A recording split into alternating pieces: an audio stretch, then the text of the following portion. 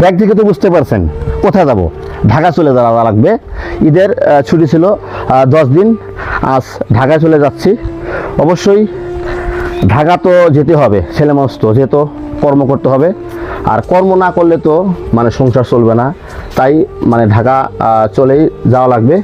অবশ্যই একটু খারাপ লাগছে, খারাপ লাগে আর কি করা, মানে যেতে হবে, না গেলে তো আর হবে না, অবশ্যই চলে যেতে হবে। চলে যাচ্ছি। অবশ্যই যারা ঢাকা চলে যাচ্ছেন অথবা আজ যাচ্ছেন অবশ্যই দেখে শুনে যাবেন।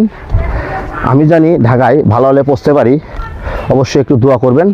আর যারা চলে গেছেন তারা তো আলহামদুলিল্লাহ, যারা আজ যাবেন অবশ্যই আমি দোয়া করব সবাই জানি ভালো হলে পৌঁছতে পারি। আর এই সুন্দর দৃশ্যগুলো, গ্রামের দৃশ্যগুলো মানে দেখে চলে যাওয়া লাগছে। 10 দিন সুন্দর সুন্দর আপনাদের কিছু ভিডিও আপলোড করে সুন্দর সুন্দর বিনোদন দেওয়ার চেষ্টা করছি, যতটুকু পেরেছি ততটুকু আনন্দ দিছি। অবশ্যই এখন ঢাকা যেয়ে আপনাদের আনন্দ দিব, ঢাকা যেয়ে ভিডিও তৈরি করব। আমাদের গ্রামে ভিডিও তৈরি করা হবে না, আজ ঢাকা চলে যাচ্ছি। অবশ্যই আমাদের এই সিরাজগঞ্জ রায়পুর বিদায় জানাচ্ছি।